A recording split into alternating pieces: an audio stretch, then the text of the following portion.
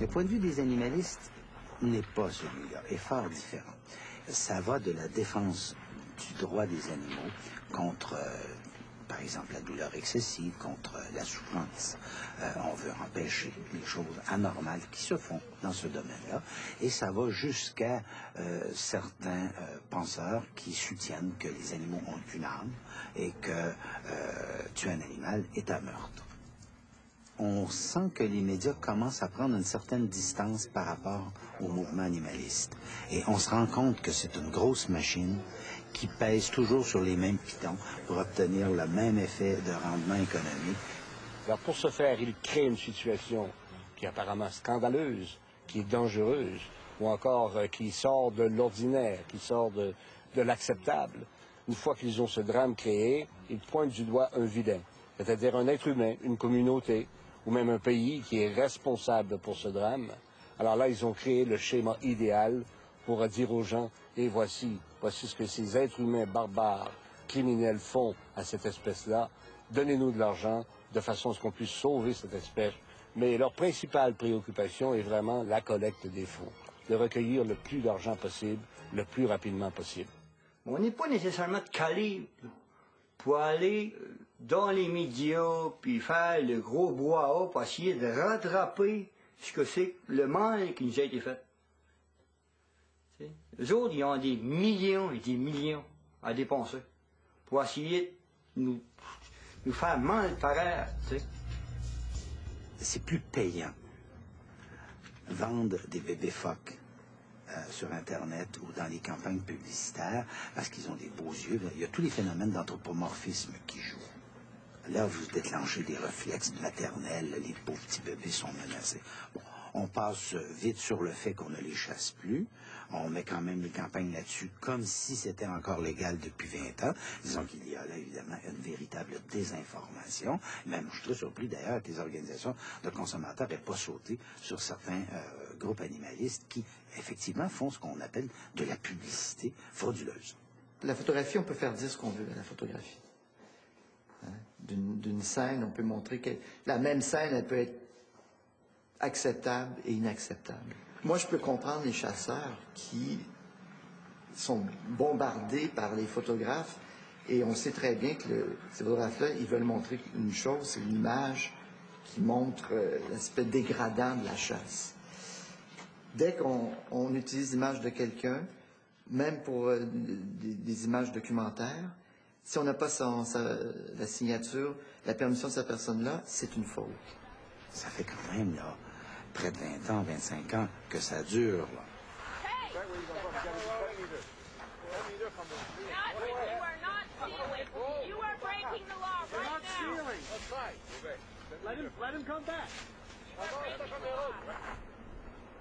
Donc, par la Cour suprême, prendre la photographie de quelqu'un sans sa permission et de publier l'image est une faute punissable.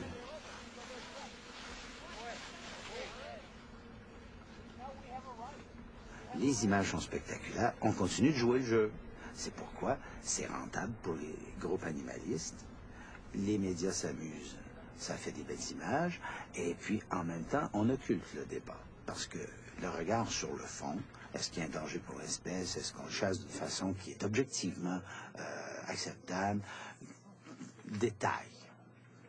Les images sont là, et puis on a notre 2 minutes, on n'a pas le temps d'aller à d'autres choses. Alors, évidemment, c'est, comment dire, une recette parfaite pour ceux qui veulent remplir les coffres à coups de millions en profitant de ces campagnes internationales. La chasse aux phoques s'est ouverte ce matin en Atlantique et elle amène, comme d'habitude, tout son cortège d'opposants sur la banquise. Les chasseurs ont environ 70 embarcations sur le territoire de chasse dans le golfe Saint-Laurent et sur la côte atlantique pour se partager un quota de 300 000 bêtes. Mais avec les chasseurs, on retrouve aussi 80 observateurs qui ont également des permis. On parle d'organismes de protection ou de parlementaires européens, tous bien déterminés à chasser les chasseurs.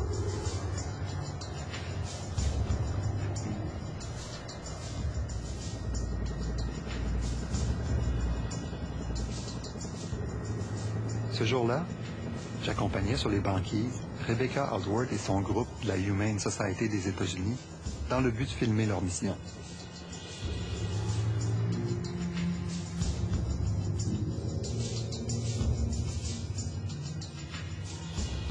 Je savais qu'ils cherchaient des images provocantes et ils ont réussi.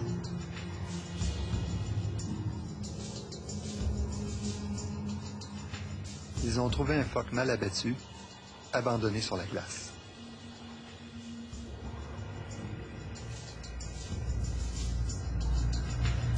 My name is Rebecca Aldworth, and I'm the Director of Canadian Wildlife Issues for the Humane Society of the United States.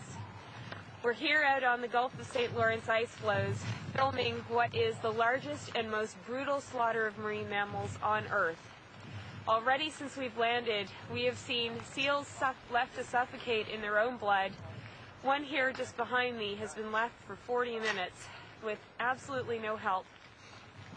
It makes me ashamed to be Canadian to stand here today, that my government would choose to speak on behalf of this industry that brings in so very little money for the people involved, but brings so much suffering to these animals.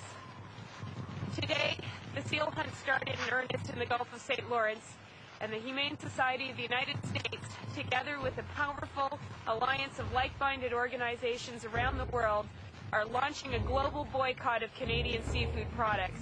And we are asking Americans, Canadians, and Europeans to stand with us and not buy Canadian seafood products until Canada ends this cruel seal hunt for good.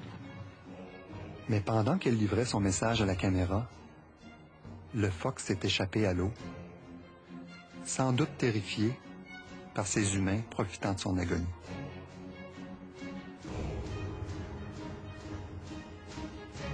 Au lieu de l'achever, ce qui aurait été faire preuve de compassion, ou à tout le moins de le laisser mourir en paix, on a sorti le phoque de l'eau sous prétexte de le sauver.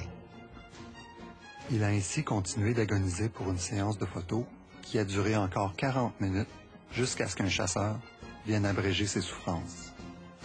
La terrible fin de ce phoque martyr pour la cause animaliste a été montrée dans le monde entier à un public ignorant de la disgracieuse mise en scène qu'elle a nécessitée. Plus tard, à son bureau de Montréal, j'ai demandé à Rebecca Aldworth pourquoi avoir agi ainsi. I asked somebody to pull the seal out because at that point I was thinking there might be a chance of getting the seal back to land. If this seal could still crawl an hour later, could still swim, maybe there was a chance we could bring the seal back to the Atlantic Veterinary College and save the seal. For the very reasonable price of $50. Elle s'est fait mettre dehors, pareil, là. Puis Watson, lui, c'était Greenpeace. Ça fait que les deux, ils se sont partis chacun d'un business à côté. C'est une business, c'est. Nous autres, on est là pour vivre, tu sais, du nos marins. Puis eux autres, ils veulent vivre du nos marins, mais d'une autre manière, en voulant faire croire au monde, tu sais, qu'on est des joueurs. Le film qui a passé, qui a été écorché des phoques vivants, il est vrai. C'est Serge Deglan qui a voulu bâtir un film comme ça pour aller chercher de l'argent. Armés de longs gourdins améliorés d'un méchant petit crochet, ils vont courir de cri en cri, d'appel en appel, frappant vite, écorchant vif. Si ces hommes semblent éprouver quelques difficultés à tuer proprement les jeunes phoques, imaginez le problème d'assommage de 600 ou 700 livres. L'écorcher vivant est encore moins facile.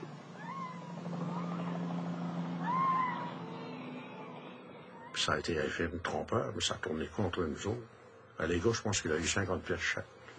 De l'argent cash, tu sais, pour tourner ce film-là. Les connaissais-tu, ces gens-là, toi? Ah oui, on les connaît. On les connaît. Les autres sont malheureux de ça aujourd'hui.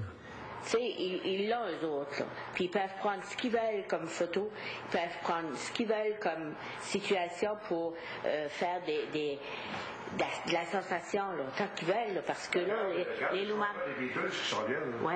Hein? Oui. Le téléphone ne rougit pas. Oui. Hein?